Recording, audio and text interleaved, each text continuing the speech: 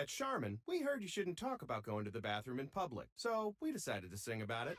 My sweet cheeks feeling squeaky clean when Charmin's rolling behind the scenes. Charmin TP gives me those cheeky clean feels. That ultra strong hype is all for reals. Those TP rolls got me a Charmin clean took-es. Cheek to cheek feeling oh so shook-es. Charmin Ultra Strong just cleans better. Enjoy the go with Charmin. Prime members, fall's here. Celebrate the crisp weather with a deal on organic Honey Crisp apples, just $2.69 per pound. Save through October 6th while supplies last and start pulling out those pie recipes. Find even more peak season deals on the Whole Foods Market app.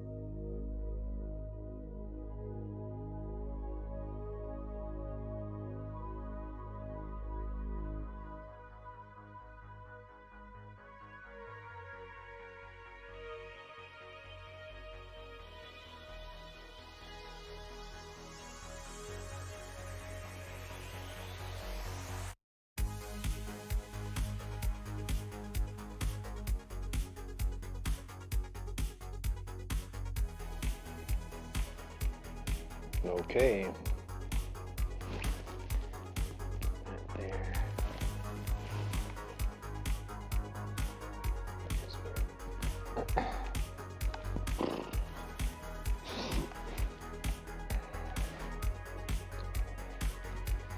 I think we're good.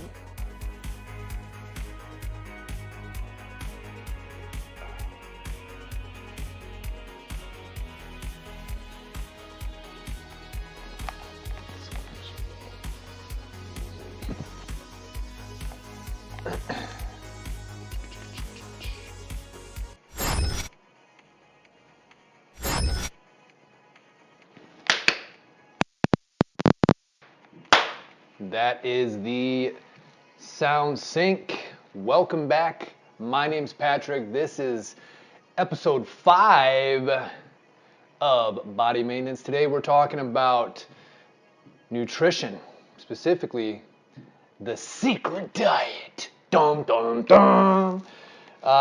So yeah, I mean, pretty much if you just want the answer, stop eating sugar. The end. Thanks for stopping by. It's been a pleasure, and I'll see you next time.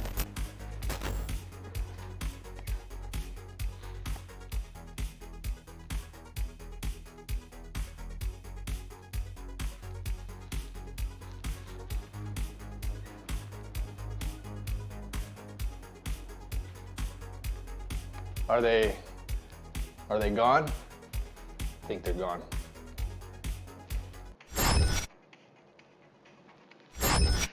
I think they're gone. So now that those people are gone, the rest of you that actually care about how we're going to do it, why we should do it, and what methods we're going to use to make sure that we can maintain it, let's talk about that now. So before we get too far into this, not really sure how that happened. As you notice, I'm also wearing these goggles. I have been doing a ton of crazy stuff. One of which, I could take these off now. I was using them to check the sound. So it's still rolling in my headset, but it should be off for the stream. But I've been doing a lot of stuff, to be honest with you. Things that I can't really talk about, because some of them haven't quite come to fruition. We do have a lot of new services out, which is super cool. Virtual training is going amazing. Literally delivering the same experience, quality instruction, virtually to your mobile device wherever you are, as long as you got internet, as long as it's a pretty stable connection. The big things I've kind of noticed are internet connections, definitely, and people's choice in wireless earbuds. Outside of that, though, virtual sessions are very, very cool. You're receiving the same experience as you would having me stand next to you on the platform. Body maintenance sessions are now available to everybody in the greater Chicago area, which is super great. That's kind of a blend of, try to envision more of a massage slash Graston slash ART slash interactive experience. The whole thing is catered, designed, and personalized to you in session based on what are you looking for today. Is it pain management? Is it mobility restriction? Is it force production? Is it whatever? We're going to cater that session specifically to you and your personal needs. And it's done in a way that isn't necessarily, it's not a massage, right? You're not going and relaxing and passing out during this thing. You're going to be a part of it. There will be times where your only effort is to breathe and try to let go. But in general, it's a central nervous system based service that is designed to, in some cases, stimulate an area that's not being stimulated, or get an area that's being overstimulated to relax, or in some cases getting a muscle to turn on that's just not turning on at all. And a lot of this is just helping the brain kind of reestablish connection to some of these soft tissues through you having some conscious thought as I guide you through, or we guide you through what you're actually trying to achieve in that moment, and assist with that process through the various techniques. Those are available at the gym. Come to us, or to you. We have a service that allows us to make this mobile and come to your house. Given that everything that's going on, I can see where that would be very appealing, to not have to go anywhere and contaminate yourself. So if you're in the greater Chicago, let us know. Body maintenance sessions are live. They're a wonderful thing, and I hope you get a chance to enjoy it. It's part of why we let it out. We do have a few other things in the works. There is weightlifting foundations coming soon. It's not done yet, and I don't want to get too much into what that is, but it is an end user experience that'll essentially allow you to get access to this community, this process, this knowledge, guidance, however you want to perceive that experience for you, in a way that, in some cases, it's just unaffordable, and especially given 2020, gosh, I don't know many people that aren't struggling. So one of the many things that Barbell Method has been working on is to try to deliver to you a segmented version of this service that is enough to make a difference in your progress, enough to mitigate injury, and enough to bring you from conceptually knowing nothing to running a full-fledged personal program. And it's set up in such a way that at any moment, if you feel the need or want or desire to shift into a different tier of services that we offer here, we will be able to do that easily. And in fact, the way our entire structure is set up is it actually gives and takes as you switch around in the tiers. Certain things are included with other things that aren't included with this thing, and it's set up in a way that's advantageous to you to want to pursue more without necessarily feeling like you're just tacking on more and more and more and more. Once you get to certain levels, certain things are included and you're not charged for that. So it's really exciting. I don't want to get too far into it, but Foundations is on its way. There's some other bigger stuff that I'm definitely not going to talk about because, well, I just can't. But I'm hoping if I can get the timeline rocking and rolling, maybe January or February, we can have a conversation. But there are some very cool things coming, so stay tuned for that. Now, the point of this particular live stream is nutrition. So, as we stated in the intro, stop eating sugar. That's the main thing. But we're humans, and I want you to enjoy some sugar, but I don't want that to be the downfall of everything else you choose to pursue, okay? So in order to understand and conceptually process what we're going to talk about today, we do need to discuss some basic science, some basic functions of the body.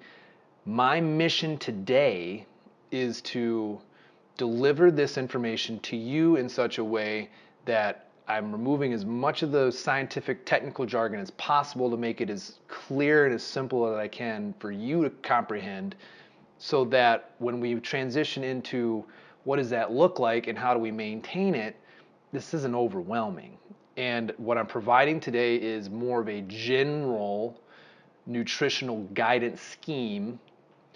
And of course, if you are a specific something that subscribes to a particular label that requires a certain degree of extremity, right? That's probably not a word. Don't use that in public. People might make fun of you.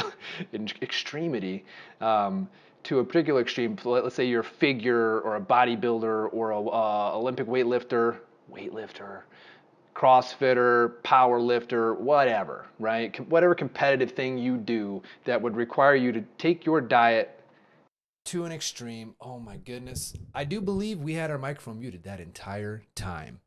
That is terrible news. Well, I guess we will start the entire stream over again. Hi, my name's Patrick, and I've been talking for about 10 minutes with the microphone muted. So let's, in fact, you know what? Let's confirm that we are, in fact, muted before we end the stream. We might just end this stream and start over. I think we made a mistake. And I was on top of it, too. I was testing it out in the intro, Bear with me just a moment. Oh. Can I rewind this? Shoot. I guess I can't do that. Dang. All right, so I have no idea whether or not that first whole chunk recorded, which is awful because it was so good. Hi, my name's Patrick, starting the stream over for a second time. I made a huge mistake, and I'm pretty sure for the first 10 minutes I was ranting. You didn't get anything because the microphone was muted. So if it did go through, fantastic. If not, bear with me a moment while we cover some ground. Yep. Yeah, see? Oh, hey, there's a person here talking. Hold on a sec. Didn't expect anyone to actually jump in this stream. Hello, Teller Rue. I hope I'm pronouncing that correctly.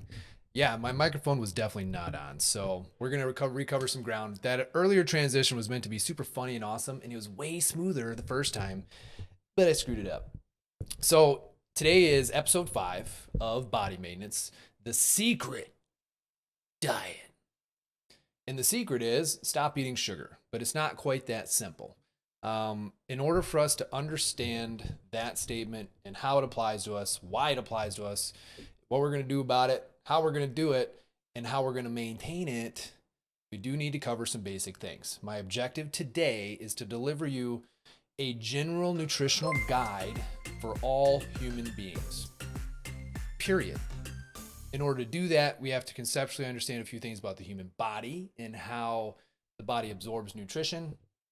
And we're not going to go so in depth that we're pulling out technical jargon. The point here is I've done the legwork, right? I've read the books, I've done the stuff, so you don't need to, right? You want to know how do I apply it and why and how do I maintain it, blah, blah, blah. So that's what we're going to do.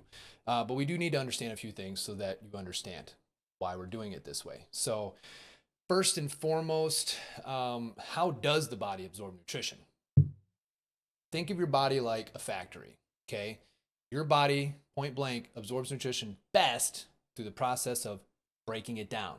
It means you putting it in your mouth, chewing it up, swallowing it, and allowing it to go through your entire system out the other end, okay? Through that process, we snaggle what we need. So if you visualize your body functioning as, let's say, a big factory. You got the exterior of the building. That's me. You have the lights. It's our brain sending electricity all over the place, right? You have a conveyor belt with product coming down. You got little worker bees doing their jobs. You know, maybe it's as it floats by me, I do this thing or I grab that or whatever. So when we consume food, chew it up, swallow it, you know, that conveyor belt's running on normal speed.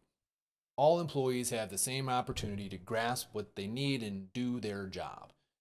If we were to, for example, crank that baby to max, it becomes increasingly more difficult for them to do their job at all, and let alone well, right?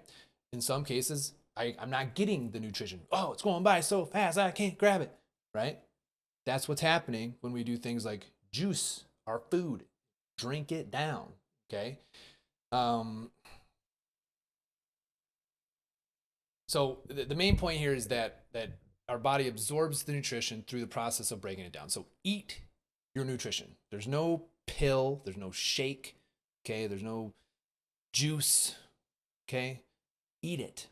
You gotta eat it. The next thing is knowing, well, what is real food? Put as simply as I can make it, real food does not have a nutrition label. Okay? An apple's an apple. A banana's a banana. Berries are berries. A piece of steak's a piece of steak. You know what I mean? It is what it is. You don't need a list of what has been done to it. And as a byproduct, what extra things have to be a part of that, right? Because you're talking about whether it's taking pills or a protein powder or some other thing out of a box or a package or a container. They had to manufacture that, which means it's not in its original state. It's not as if you walked out and plucked it off the bush or tree or ground or whatever yourself and ate it. They did that part. And then they did stuff to it. And in order for them to do the things that they wanted to do, they had to run it through machinery. In order for it to run them through the machines without getting stuck or whatever, there has to be lubricants and blah, blah, blah, chemicals and whatever else put in there. And then it's exposed to other things that may or may not have hormones or other chemicals or whatever that also get seeped into it. So there's that part of it. And then there's the label they put on where they tell you what they did, right? So you can see how these things, it's not natural. That's not how you're supposed to eat. You should just grab it off the tree or whatever and eat it. And if it's that way, there's no label on it. So that's the simplest way I can tell you. When you go to the grocery store, if it's got a label, it's probably bad for you to consume it, right? So that's a pretty big blanket statement, I understand. But in general, that's the concept. Now, where people get caught up is, well, oh, it's too expensive to eat healthy. No, it's not. You know it's really expensive? Deciding to eat healthy and buying a bunch of things that you think are healthy for you and then not be able to consume them before they go bad. That is a waste of money. And if you do that several times in a row, that would translate in your brain as a bad investment, because it is. So part of this process is making the choice to eat healthier things. The problem is you haven't been doing this pretty much your whole life. For some of us, you've been eating out of boxes and packages, and everything you've had has been processed, handled by someone else to a large degree, other than plucking it and handing it to you, right? They did a bunch of stuff in that process. Because you're unfamiliar with that, you're used to having foods that have very long shelf lives that don't expire.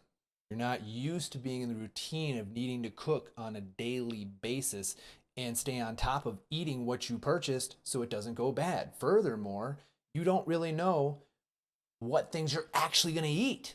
And that's part of the issue, is you'll go in and you're like, dang, I'm going to eat healthy. Oh yeah, I like grapes. I like cucumbers. I like them zucchinis. Bing, bing, bing, bing. All of a sudden you got this freaking cart and you just drop 300 bones. You walk out and you eat like 20% of it and the rest expires because that stuff dies in like 3 to 5 days. And then you bought, more than you can eat in that amount of time. Okay. So you need to be aware before you go shopping, go nuts. Wait, let's talk about that. Okay. Don't go in there and waste your money on food that expires before you can consume it. Eating healthy is not the problem. It's your lack of understanding how to eat healthy in a way that doesn't cost you a bunch of money. Okay. In general, it is always cheaper to buy bulk of one item that can be used in several different things, right? We don't want to go out and buy like, oh, I want to make this meal, but I don't have this, and this. So I'm going to go buy that ingredient, which is way more than I need for a single meal and will likely go bad before I decide to make that meal again. Like, this is the mistake that we normally make, people that aren't running the proper nutritional diet. They're eating processed things that have long shelf lives. They don't tend to have fresh foods, so they don't understand. So then when they go buy this for that one meal, you also then perceive it as, wow, it's really, look at all that wasted stuff. Well, that's not how we do it. We find out, what do I like to eat? There's lots of things I definitely don't mind to eat, but what do I actually eat? Like, if I'm eating it every single day, what is it? What are the things that I never get sick of?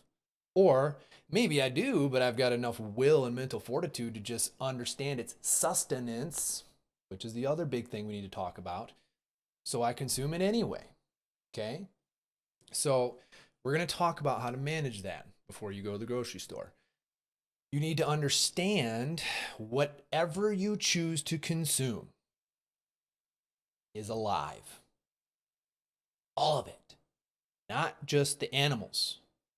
The plants are alive too. Okay? The science is there. We know that they communicate with each other. We know that they communicate fear and predator stuff to other plant life. They are talking to each other. Just because we're not understanding them full-fledged, like we speak English or whatever language, we don't comprehend them as we do other humans, doesn't mean they're not alive. It doesn't mean that their life has any less value than an animal, right? Plants and animals are both alive. So let's release the notion that there's a war here on whether it's okay to consume a living animal versus a living plant. They are both alive. You're consuming both of them as an energy transfer. Okay, that's what we're doing. Whatever one we choose, we're simply transferring their energy to us. That's not to say that there isn't boundaries or shouldn't be boundaries on how these animals or whatever are treated prior to that energy transfer occurring. I agree 100%. Animals should live long, free lives, not locked up, not caged, definitely not fed grains, because that's not what they would consume in the nature, and definitely not have them butchered in such a way that's inhumane to them.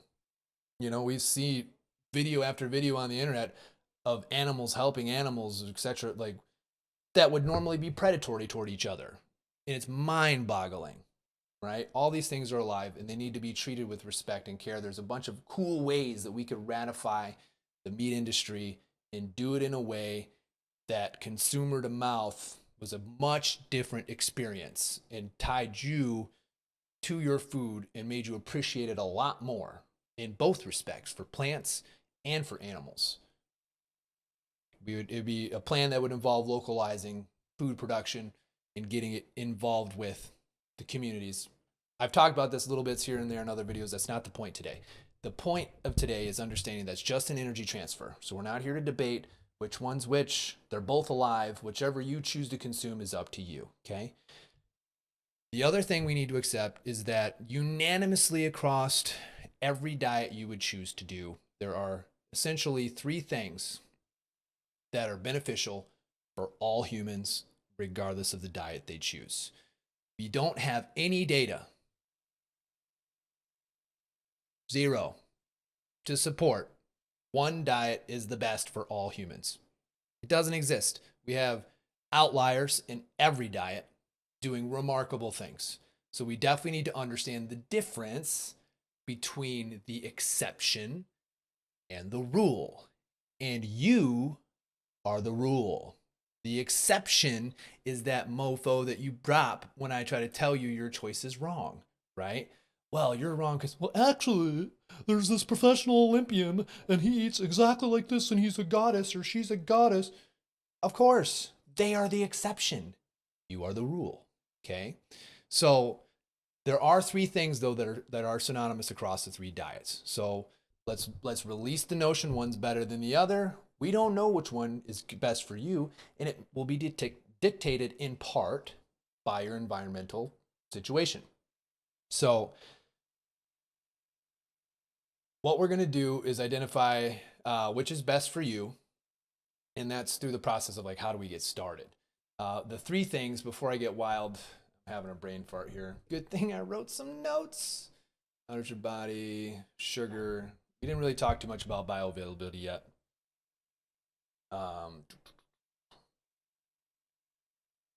Did I lose it?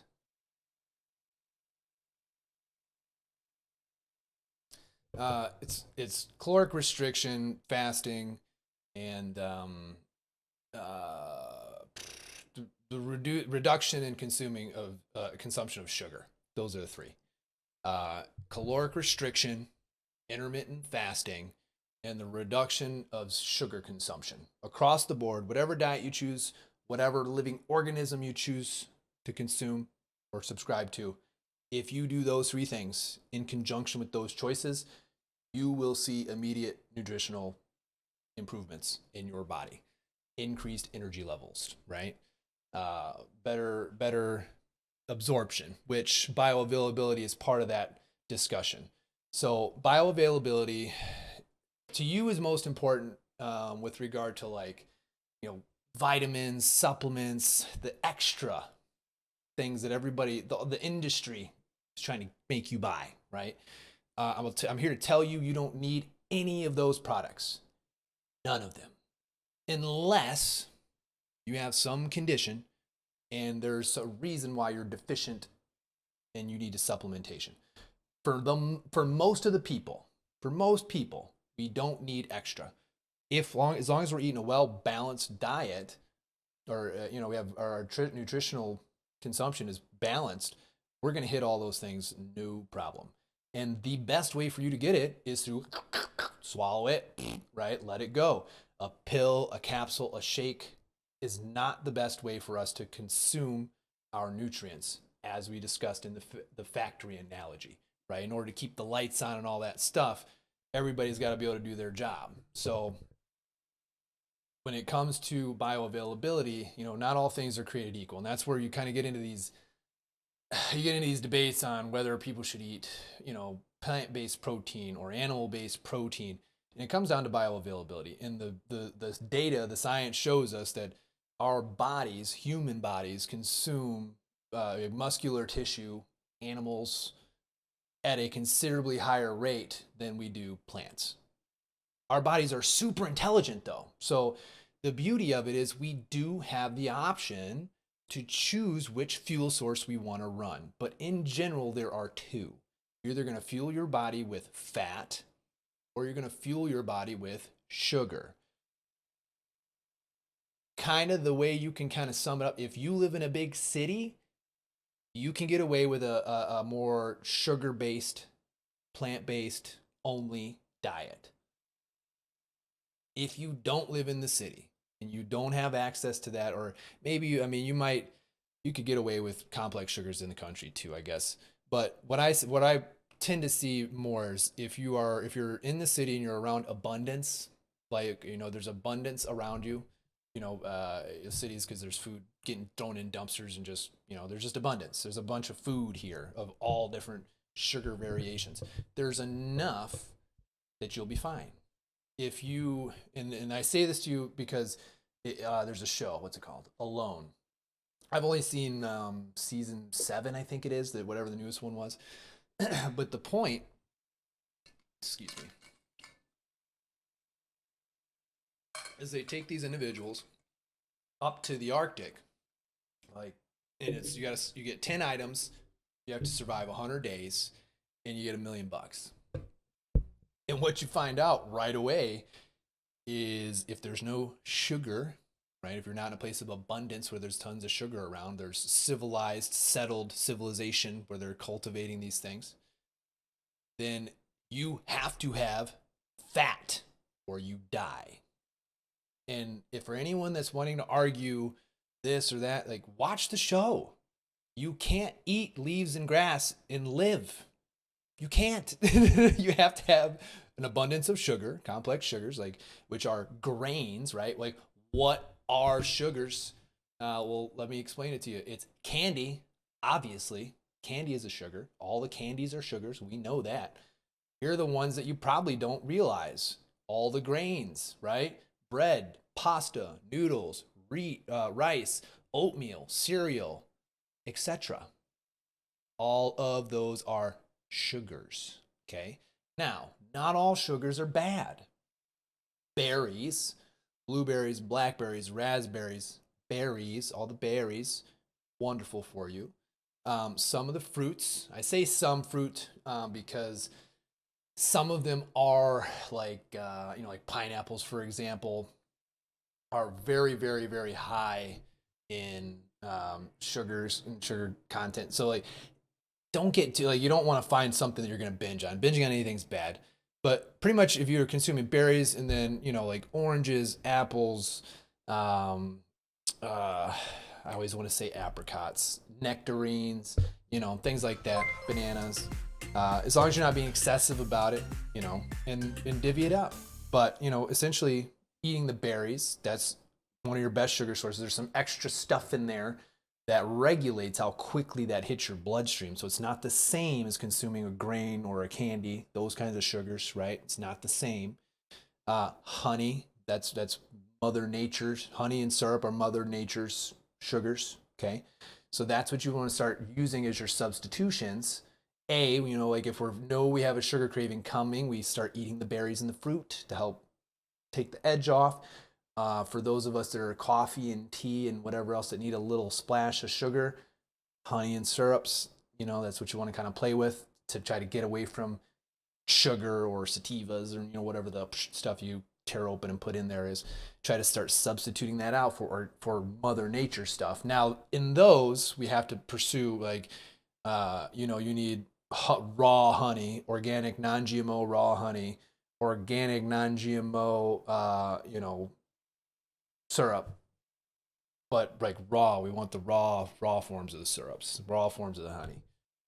Try not to get it processed. Now, when it comes to labels in the shopping, if we are going to buy processed stuff, which now we're starting to talk about syrups, so those are going to be processed for you. You look at the nutrition label and you look for the thing that says ingredients. Ignore the percentages and the numbers and the milligrams and the this and the that. There are a bunch of loopholes there where they basically don't have to tell you the truth. Like you can 0 carbs, 0 grams, and you read the ingredients and the first one on there's sugar. But the way the loopholes are set up, they don't have to tell you the truth. Okay? And as far as all that goes, what we need is labels. If it's GMO, it should be labeled GMO. If it's non-GMO, it should be labeled non-GMO. Straight up, tell us what's in it. Stop lying to us. Stop scooping the loopholes. But ignore the numbers, ignore the percentages, and go straight to the one that says ingredients. In some cases, products come in a box, and then that label's on the box, and it's not on the individual. So if you're in a store and you pick up a product and you can't find ingredients on it, then you either need to look for a box and read the box label, or just don't buy it, right? Because you can't read the label. In general, if the word rhymes with gross, it's a sugar. General rule of thumb, like fructose, gross, right? Fructose, gross. If you hear anything that rhymes with gross in general, that is a sugar. Watch for things like seasoning, right? It'll say like salt, pepper, seasoning packet 7, artificial flavorings or flavoring packet or color packet, and it'll be a generalized label, and in that they're hiding the sugar and they're not telling you about it, right? We're gonna list all the other things, but that's just so small and it's it's below the threshold that we have to report, and it's part of a group of others, so we're not gonna tell you, but yeah, the sugar's in there, right? So if it rhymes with gross, sugar. If it has a weird, like generalized, and it's multiple things in one, sugar. If you don't know what it is, probably sugar. But I would say Google it and find out. Use your phone, use Google. It's a great thing. And that's part of the process, taking the time and pursuing that. Now, as far as organic, GMO, non-GMO, that's your choice. I'm not going to tell you what to do. Personally, if I desperately seek out non-GMO everything. If I can't find it non-GMO, I try to at least get it organic. And if I can't do that, I don't buy it. Enough said. I don't buy it. It's that simple. Okay? So, how do you start? Right? How do you start? Well, you need to pick an elimination diet of your choice. I don't care. I don't care if you want to be a carnivore diet, if you want to eat meat, if you don't want to eat meat, if you want to eat this or not, that's your choice. I don't care. Pick one. And when I say elimination diet, I'm talking about an extreme one. So something like the Whole30 is an elimination-based diet. Something like the carnivore diet, it's an elimination-based diet. Basically, it's a diet that organically induces intermittent fasting because I'm only allowed to eat certain things now, and if that thing's not available, I don't eat. So there will be times that I have a fasting window. It will organically subject you to caloric restriction for the same reason. I'm reducing what I'm allowing myself to consume, which means my options are fewer. And if it's not available, I don't eat, so I'm eating less. That's caloric restriction, right?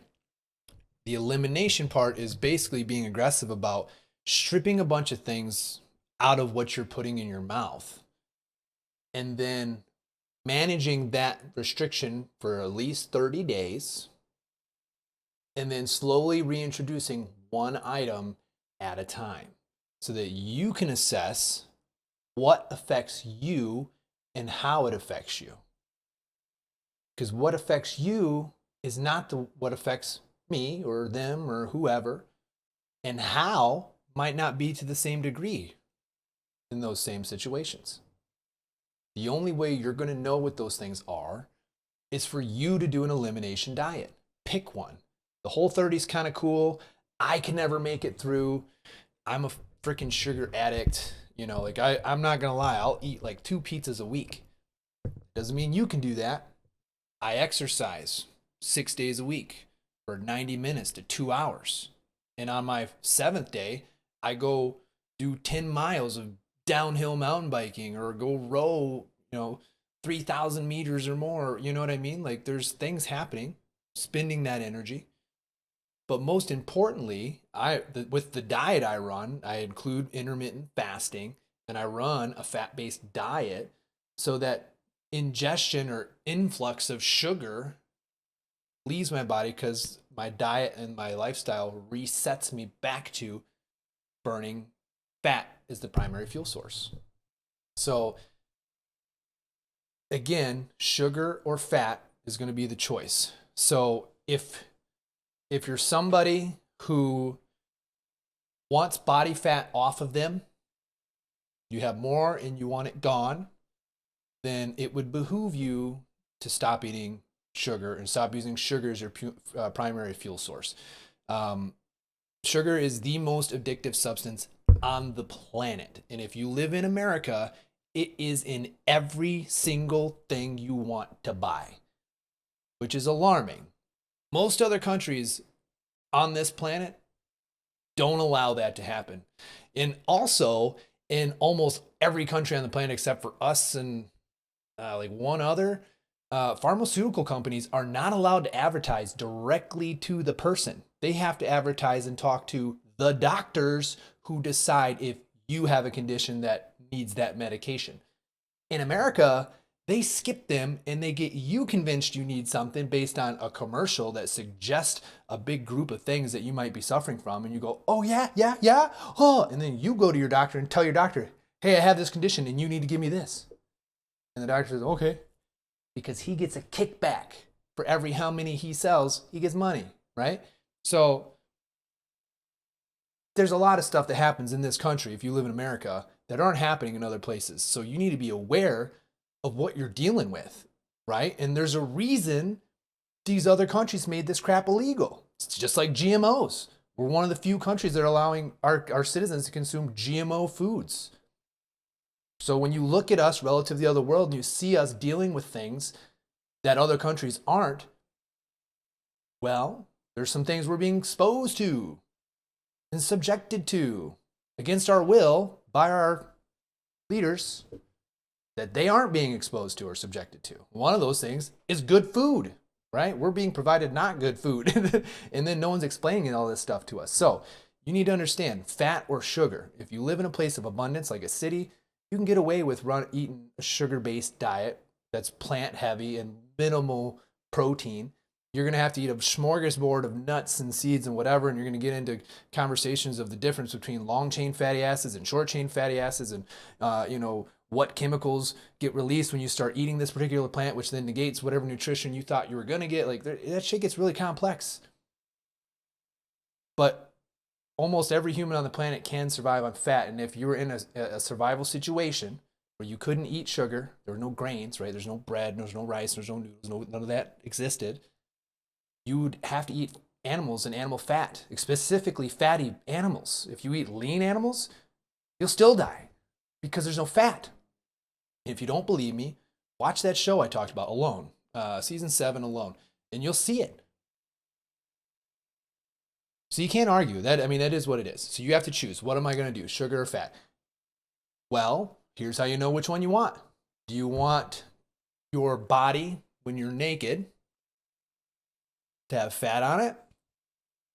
Or do you want it to look muscular and toned? Now, there are exceptions to the rule. And if you dig hard enough, you will find one and you can argue and be like, well, I found a person who eats the way I want to eat and look what they look like. You're not them. You're the rule. Okay? And the reason why that works is simple. It's body and it's your science. Here it is.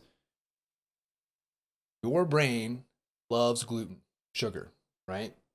It will literally shut down every process in your body and send the appropriate enzymes to go retrieve the sugar as soon as it is ingested and bring it to the brain.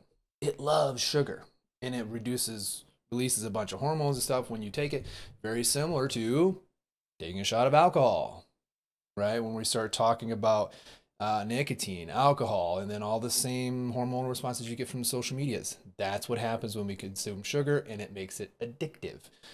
So if you're someone who doesn't want body fat on their body, this is what you need to understand. If you consume sugar, your body is burning that as the primary fuel source, okay?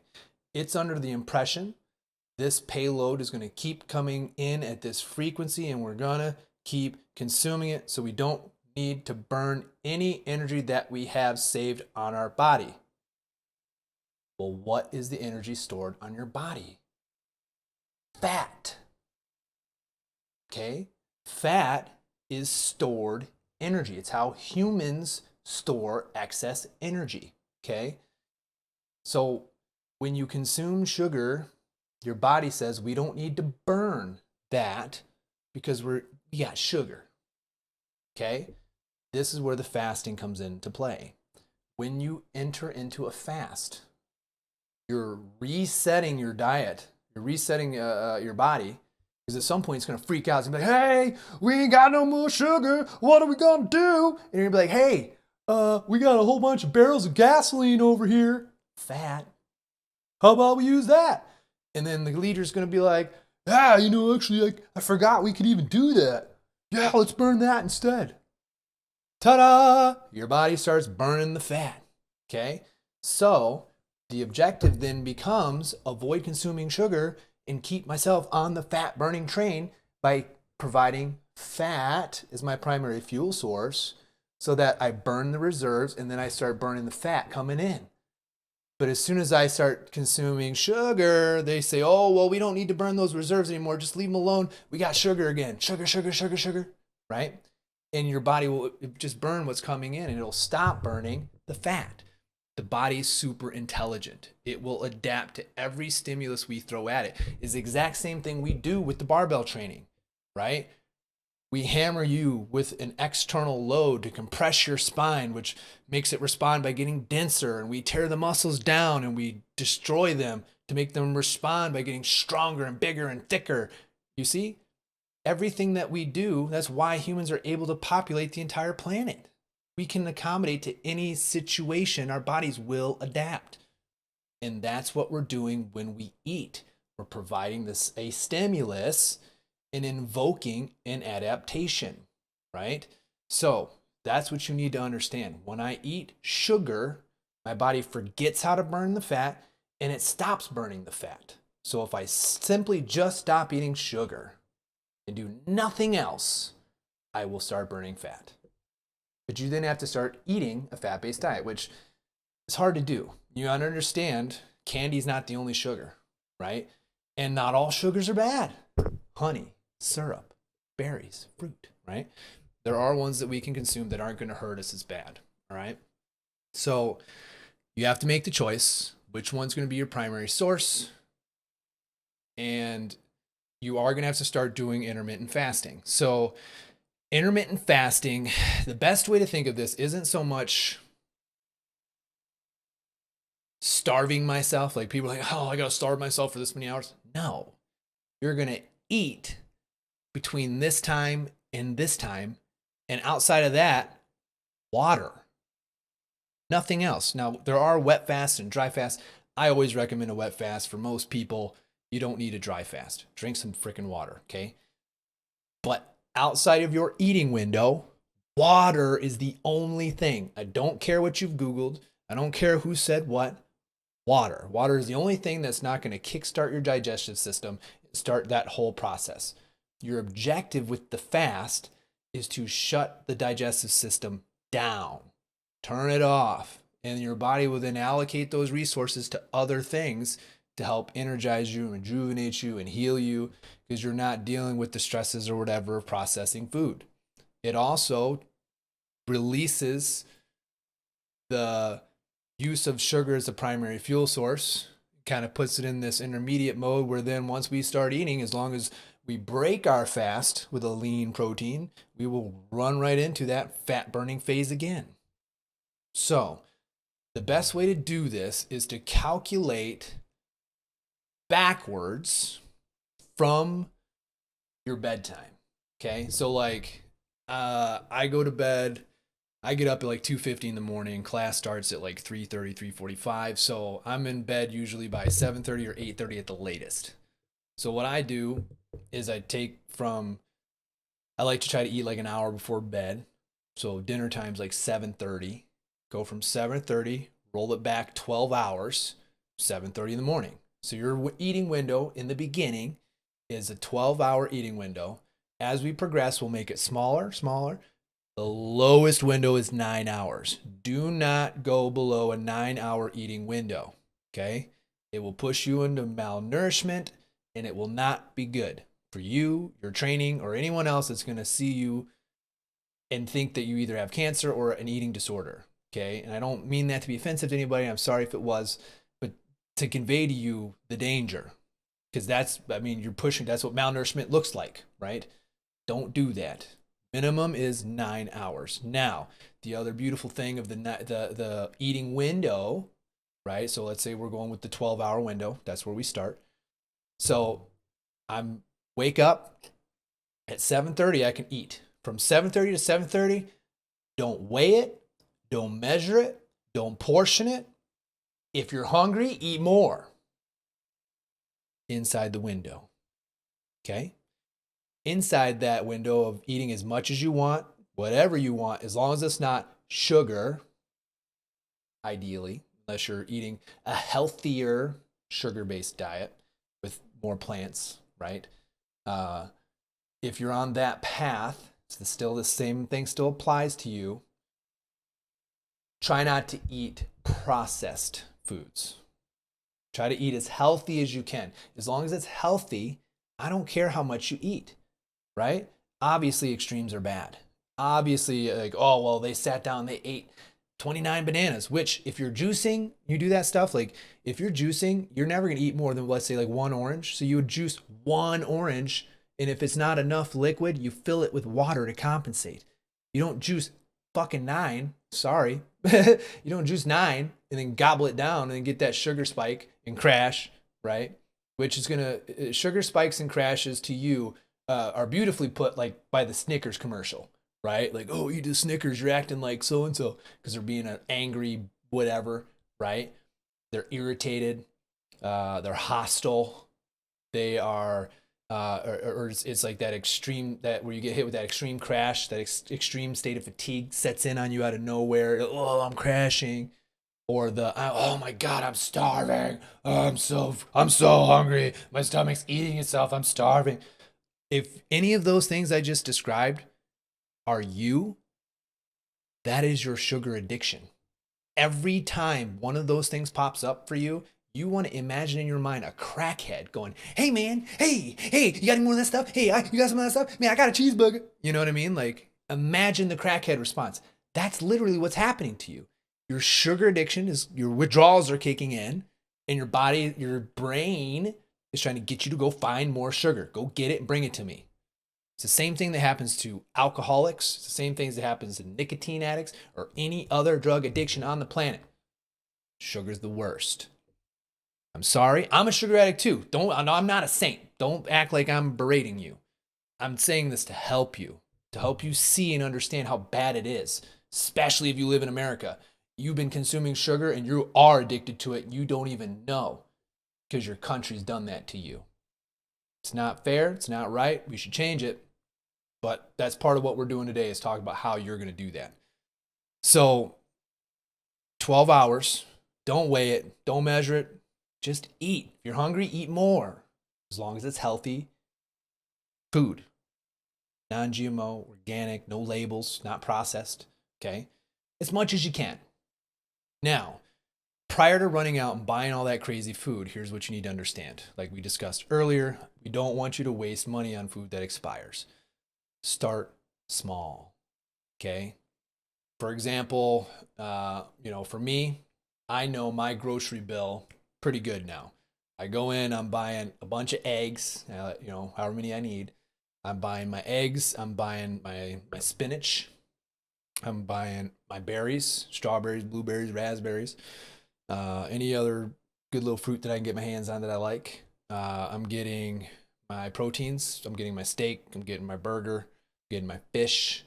I stay away from birds. It's a very lean protein, doesn't have a lot of fat on it. I run a fat primary based diet. And without that, I get lightheaded and dizzy spells because I'm malnourished, right? I don't have enough energy. So I stay away from the birds. It's not that I don't eat them occasionally or that I don't like them, but as my primary food, I'm eating red meats because it has the most bio-dense packet of nutrition you can get for a human. I also consume, like bacon and stuff like that in moderation, but it's all fresh produce. I cook breakfast, I cook dinner, I get 1 hot meal a day or 2 hot meals a day. And in between that, I've got something like, once a week I'll mass grill some steaks and I'll use that as my leftovers for some of those in between meals with berries and nuts and, but it's starting small. Don't go buy a ton of stuff. And if you do make that mistake, pay attention. What did I eat all of? And how fast did I eat it? Oh, I ate that whole bag of whatever in like a day or 2 days or 3 days. I didn't even touch that one. And you'll look at it and go, I don't understand because I like it. You're making a change. You've never done this before. You don't know if this is the only thing you eat and you don't eat all that processed sugar crap. What does my food actually look like? So you're going to cook a lot more, which can also mean more dishes. The best thing I can suggest to you is stay on top of it. I know. But if you have time to cook, you got time to clean. The best way to do it is just get the cooking, get it on the table, let it cool down. And while it's cooling, just clean up what you cooked with and get it in the strainer or throw it in the dishwasher. Take care of it real quick so it's done. That way that doesn't pile up and prevent you from wanting to pursue this change in your nutrition because, now I got to wash the dish. I'm trying to let you know some of the traps you're going to fall into, right? Stay on top of the dishes. Don't overbuy the groceries. Start small and pay attention and make notes of what you are consuming, what you aren't. Whether you like it or not, if you're not consuming it and you keep wasting it, just stop buying it. And then just know, okay, like for me, I really liked zucchinis. And I'd buy them every week. And I would 1 or 2 or 3 or whatever go bad. I'm like, dang it. So I just stopped. And now I'm like, oh, you know what? I want to make that zucchini pasta or whatever.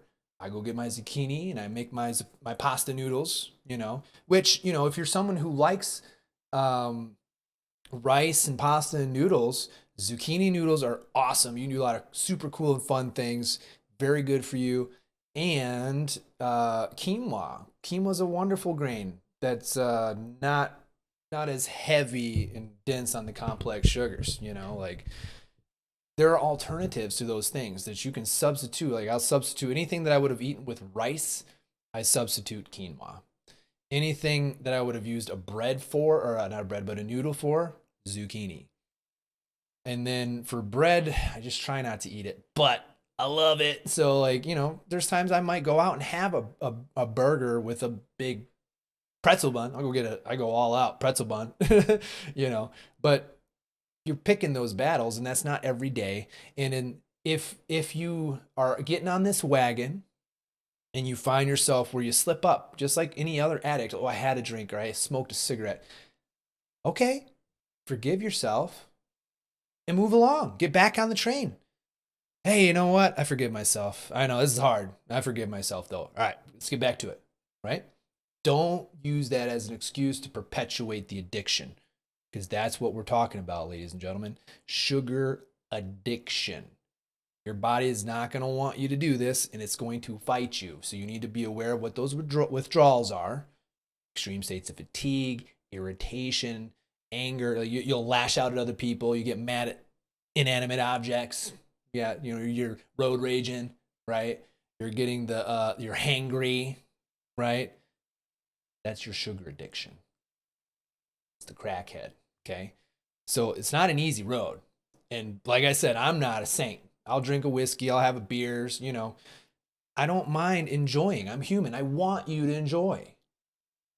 If you run a sugar-based diet and you're not physically active, enjoying those things are going to be extremely detrimental to you. If you run more of a fat-based diet and you do have physical activity, and in any of those situations, if you're including intermittent fasting, caloric restriction, and the reduction of complex sugars, you will see big benefits. And it will open up a window where you can smash a pizza twice a week and it doesn't destroy you, because the rest of the time you're providing your body what it needs. You're eating your nutrients. You're not swigging them down or popping a pill. You're eating them, right? So it's different. The bioavailability is different. The consumption rates are different. You need to eat your food, and it needs to be real food. Real food doesn't have labels. And avoid sugars in everything. Candies are sugar, obviously. Grains are all sugars, right? Bread, rice, noodles, pasta, oats, all those things are sugar, okay? Keep that in mind. Make better decisions. Now, one thing we haven't talked about in all this is water. Water is very important. And in case any of you, today is what? The first full moon. Okay, today's the first. If you today, yesterday, the day before, or some combination of this week have been feeling super tired and beat down and just needed to take a day off, the full moon. Well, what the hell? What does that matter? Well, have you ever seen what the moon does to the ocean? How it pulls that water? Yeah? Guess what? Your body is like, give or take, 70% water. If it can pull the ocean from outer space, what makes you think it can't pull on you and make you feel a way? Okay? These are things we need to be mindful of. There's an external world happening here that has effects on us too. Okay? So water, super, super important for your nutrition. It acts as a catalyst, amplifying the rate of absorption, increasing the proficiency and the I'm forgetting the word I'm looking for. Basically, it's gonna make the whole thing better. You're gonna get more out of it. It's gonna be easier, right? It's gonna help transport those nutrients to where they need to go. Your brain uses water for a lot of stuff. So the water is super important when it talks about making this transition to how we're going to adjust our nutrition. Furthermore, we need to, because we understand how important water is, and obviously, 3 days, we can't go more than 3 days without water, we're going to die, right? So super, super important. Well, then we look at, well, what dehydrates us, if it's that important that we can't go 3 days without it, that our brain uses it for a bunch of stuff, that it's 70% of our body and it uses it for processing nutrition amongst various other jobs and tasks and whatever. In general, we are always healthier when we're hydrated. Then we're clearly not healthy when we're dehydrated. And our system is not running at top efficiency. So even if I'm doing an amazing job eating like a saint, no sugars, no complex carbs. Let me be clear. Carbs are good. Everyone should eat carbs. Berries, fruits, vegetables, plants, those are carbs. Bread, pasta, noodles, rice are complex sugar-based carbs. Those are the ones that are bad for you. Those cause a ton of chronic inflammatory conditions. So if you're someone who's always in pain or always inflamed or whatever, and you're eating those things, yeah, the food is making it happen. So elimination, carnivore, Whole30, something like that, cut it out. Introduce one thing at a time, dairy, complex sugar, one thing at a time. How does it affect me? Ooh, my body doesn't like it. I got the poops again or whatever. You cut it back out. So then I don't eat cheese. I don't do spicy. I don't do. What's the best diet for you? That's how you figure it out. Elimination diet, slowly reintroduce some of those things. But the point being, carbs are a good thing. You have to have carbs. You need them. Okay? Carbs, fats, and proteins. All three of those are vitally important to you. There are healthy carbs, and then there are complex sugar-based carbs. Healthy is what you would go pick off the trees and the bushes and the ground. Those are the healthy ones. Okay? not the man-made cultivated stuff. So water is super important because it delivers all that stuff. And I mean, even if you think about the other facets of which that hey, what's going on? Oh my gosh, there's real people in here. You guys, I'm not doing a good job watching chat. Hi, how are you? How am I doing? I'm doing pretty well. How are you? Sorry, I don't want to get sidetracked. Usually I record these in the morning so nobody can come in and participate. I'm new to this whole thing and I'm trying to get the feel for everything. Let's do this. Boom. Pushing buttons. Check that out. Now we got it up on screen. So now everyone else can see what's happening. Oh, cool, man. I appreciate that. You know, I'm trying to be a nice person. And that's really the whole point of this stream. I'm trying to provide all of you information you need to improve your life, feel healthier, be stronger, be more energetic, at no cost. You know, like this is something that we all should have learned back when we were in school that no one ever taught us. So that's what we're here to do. Right now we're talking about the importance of water in the grand scheme of all this stuff. And if you think about, like, you know, when you're in the placenta inside of, you know, pregnancy, you're floating in water. When you're born, that's why underwater births work so well. We're born knowing how to hold our breaths underwater and how to swim. We actually unlearn how to swim through the process of growing because our parents scare the F out of us not to go in the water. They're like, oh, water dangerous, don't go in there. And we get so scared of water that we unlearn it. But at birth, if you just leave us be, they pop out. You'll do this little wiggle thing. You'll get all the way up to the surface of the water and you'll float. Infants are born holding their breath, swimming in water, water, water, water. As an adult, all of you have sat in a hot tub too long or been in the water too long, right? And you get the wrinkles. Well, guess what? They did studies on that. If you try to grab a handful of marbles, I don't remember what the exact number is, don't quote me, but it was like a 25 to 35% increase in the capacity of marbles that could be retained if we submerged our hands in the water, because it acts like a tire tread. It wrinkles and allows the water to go through the grooves and acts like a tire tread to give us better grip when submerged underwater. Like, our bodies literally adapt to being submerged underwater. So vitally, vitally important that you're consuming good water. The two I'd recommend is Evian or Fiji. Those have the best pH balance and the least amount of chemicals and other crap in them. If you can't do that, I mean, try to get some type of water filtration system or something going, but try to give yourself good water and stay on top of drinking water and be mindful of the things that are going to dehydrate you, like coffee, alcohol, right? Sleeping, just going to sleep. Your brain uses a ton of water over the course of the night to kind of repair you and put you back together. Be aware of those things.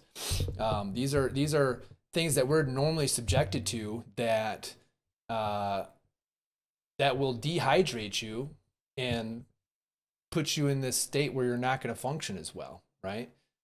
So you take a minute and look at the stream, make sure we're doing all right. Pedaling action.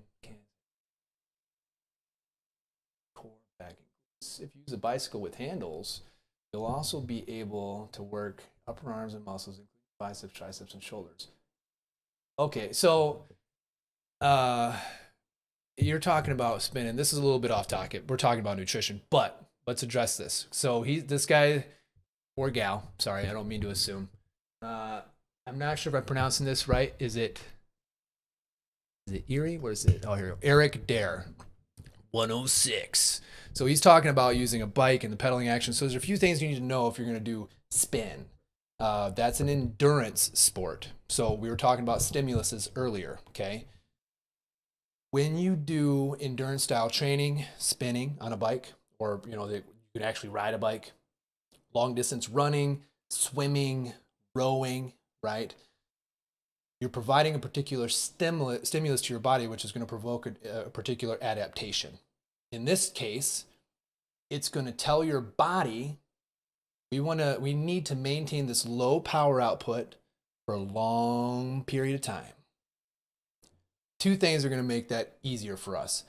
A, if we weigh less, and B, if we have energy stored up for the journey.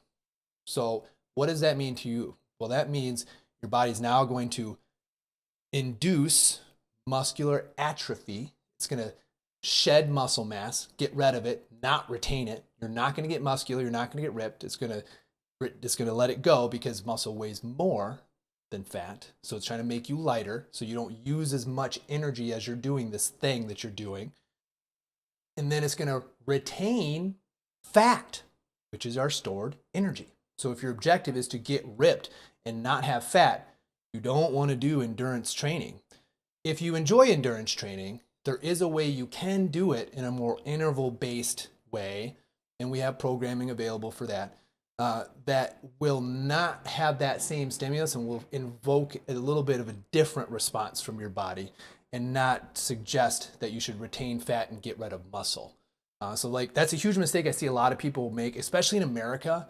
There's this notion that you're like, hey, I'm doing really well. How do we say this one? I'm sorry if I butcher this. Stelliasti. See if I can see up here. Stelios TTV. Oh yeah, I'm doing very well. I hope you are too. Welcome to the stream. We were talking about a comment made here.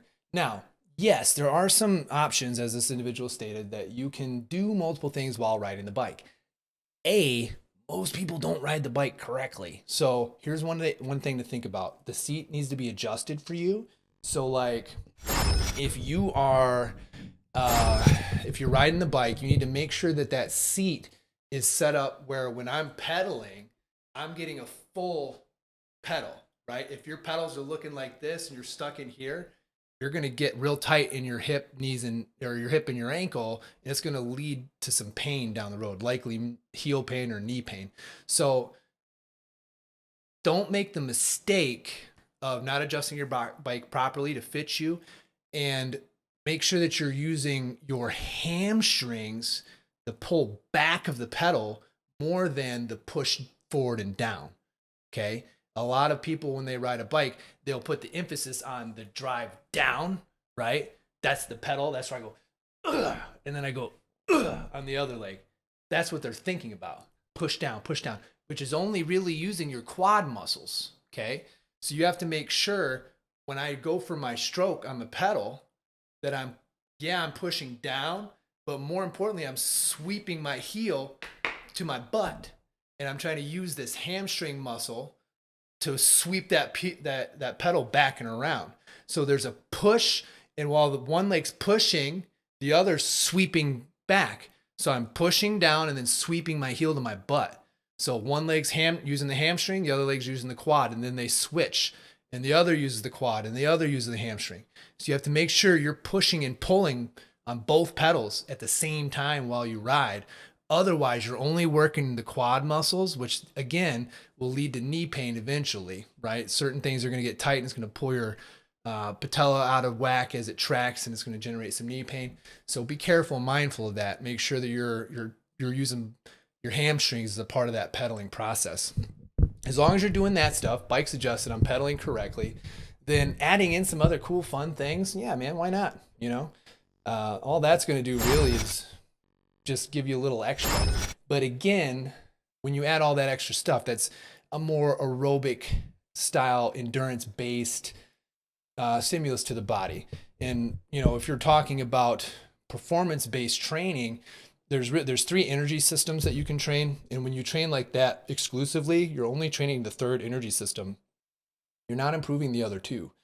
If you are on the right program, you're doing the proper interval based endurance training, you can actually improve the 1st and 2nd and the 3rd. And the better the 1st and 2nd get, the 3rd will get better on its own without training it. It doesn't work the other way around. If you only train the 3rd, it will not improve the other 2. So again, it depends on your goals, what's your objective, you know. Depending on what you want, it's going to dictate what you should do and how you should do it. I think we got a little sidetracked from water.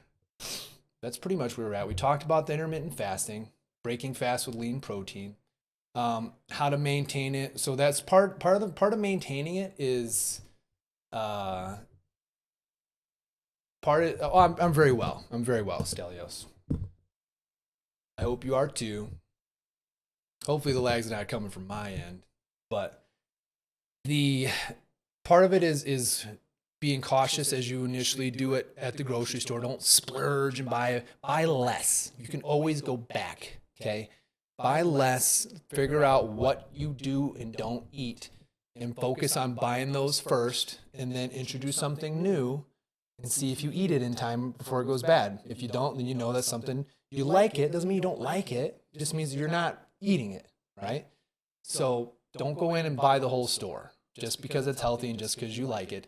Start with things you know you love and consume, that you're going to consume, and be mindful of what you do and you don't as you move forward. I find some type of, I used to try to do the mass meal prep. For me, after like the third or fourth day, like you got multiple things in there and it kind of starts getting weird. I found now that I pretty much eat meat, red meat, fish, nuts, seeds, berries, fruit, leaves, spinach mostly. My meal preps now are mostly like I'll once a week I grill like 10 pounds of steak. And then through the course of the day, like my breakfast is like 5 ounces of fish with 6 eggs. And I'm just throwing these numbers out to give you an idea, right? I'm not measuring this, I'm eyeballing this stuff. Like 5 ounces of fish, 6 eggs. And I'm doing those with a runny yolk, not a cooked yolk. And then I'll eat berries. I'll eat, another meal might be steak, berries, and nuts. Another meal, I like to do like a pound of, when I eat steak or burger, I usually do like 1 to 2 pounds of it at a time. So I'll eat that for fish, and then I'll have 2 meals that are each a pound a piece of ground burger with spinach mixed into it. And I just salt, pepper, put some honey on it, put some spinach in there until it wilts, strain all the grease out of it. Like I put it in a thing and I strain it out so we're not eating that, right? And I'll eat that with some berries, So I have like 2 meals a day that are a pound each of beef with some spinach and berries. I have 6 eggs with 5 ounces of fish and berries. And then at some point I also eat steak, a pound or so of steak with berries and nuts. That would be like an idea of what I would consume during my eating window, right? Now I'm at a point now where I run a 9-hour eating window. For those of you starting with 12, that's good. Start with 12 and then work your way down from there. Oh, are you getting an echo? That might be a problem. Hopefully it's not echoing too bad. If it is, I'll definitely look into it. It could be coming off the wall. I don't really have a lot of soundproofing just yet, but it also might just be an error in OBS. I might have something double streaming to you. If it is, I apologize for that. I'll try to review it after the stream's done and see if we can get it fixed. We talked about what traps to look for, and mostly a lot of this is just maintaining it. I find something simple that you can cook. Like I'll mass cook, like I said, the steak, and I'll also cook 1 big fish a week, and that's what I use. So like I'll pull that out and I'll kind of smush it up on my plate. It's cold, but then when I put my hot eggs on it and I let it set for a minute, it heats it back up. Which allows me to avoid using any microwave. I don't even own a microwave anymore. If I do need something hot that's already cold, I might just throw it in the oven for a couple minutes. But it's forgiving yourself when you slip up and just getting back on the wagon. Get on your window. Outside of the eating window, water only. No coffee, no vitamins, none of that crap. It's got to be only water, okay?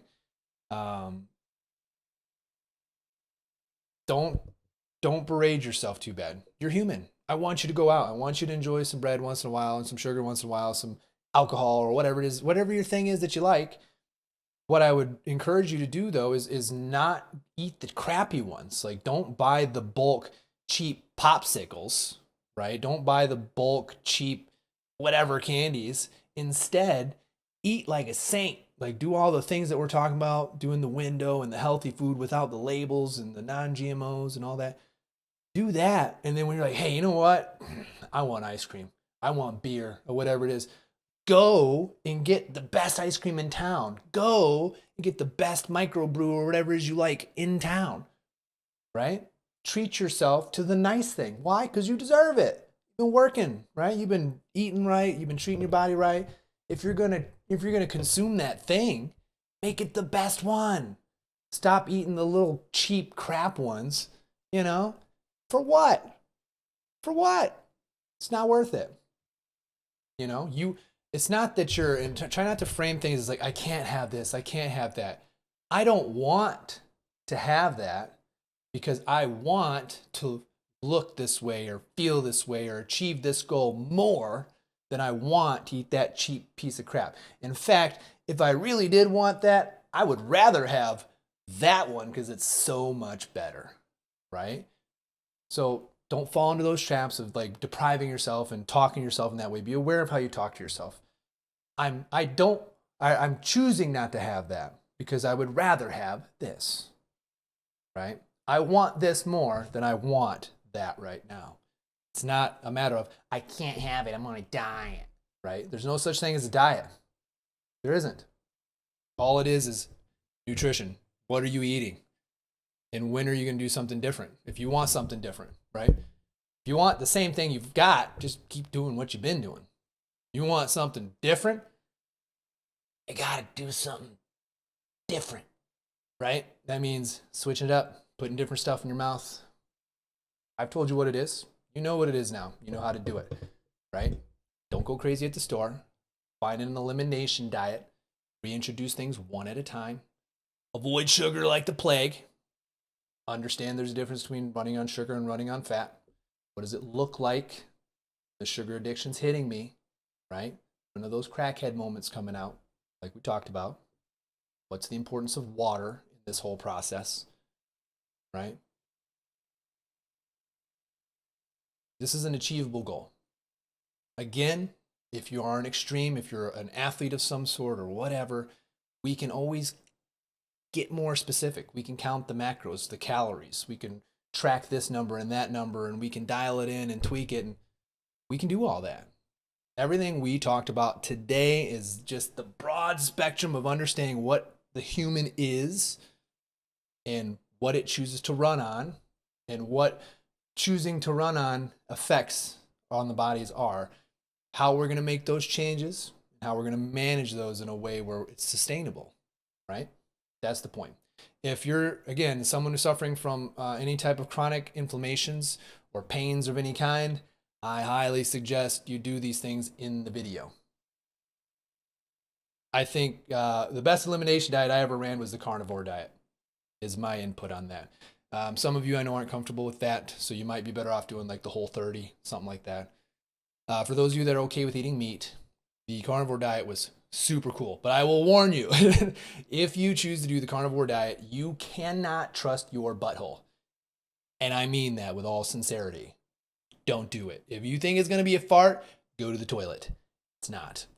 Okay? For the first like first like week or two, you can't trust your butthole because your body in that is in a state of readjusting its gut biome and it's getting things out. You're going to go through a little bit of a cleanse, okay? So be mindful of that if that's what you choose to do, but choose an elimination diet, cut a bunch of stuff out, let that organic fasting and that organic caloric restriction come into play in your life, and then start being mindful when we're at the store. Let's try to pursue our purchasing things that don't have labels, which is organically going to start removing those sugars from our diet, right? And then understanding, yes, candy is sugar, obviously, but so are the grains, right? The complex sugar grains, bread, rice, noodles, pasta, right? Oats, oatmeal, cereal, you know? And shame on you parents, like, sorry mom and dad if you're watching, I know you guys did this to us, but you didn't know. You didn't know. I forgive you for that. If you are letting your children eat sugar for breakfast with milk on it, cereal, shame on you. Shame on you. Give your kids a proper breakfast. Put some protein in their body. Give them healthy carbohydrates that aren't going to make them crash or volatile or mean to their peers or their classmates. It's going to help them get through the whole day. It's going to maintain the best functionality in their brain so they can learn, right? Give them real food. Real food. Make it the night before and heat it up if you have to. Sugar for breakfast? Come on. You need to get out of that. And it should be a crime to even offer it or advertise it to children. to be frank. That should be looked at like candy, you know? Anyway, I'm going to get off my pedestal. Thank you all so much for stopping by. I'm sorry I didn't do a better job talking to chat. Frankly, I'm not used to anybody showing up. I kind of do this in the mornings to try to get some practice at letting it out. And I intend on moving this stream to a more convenient time in the afternoon at some point when I get more comfortable fielding questions and watching chat while I rant. But I was kind of trying to do it in the middle of the day so no one would show up. So I apologize for those of you that did show up. Thank you so much for being a part of it. Again, we can click that over, a little bit of chat action going. I'll try to do a little bit better about moderating that stuff, talking to you guys. But thanks again. This was episode 5 of Body Maintenance. I am Patrick. This is Barbell Method. And you now know the secret diet. We'll see you next time. I enjoyed it.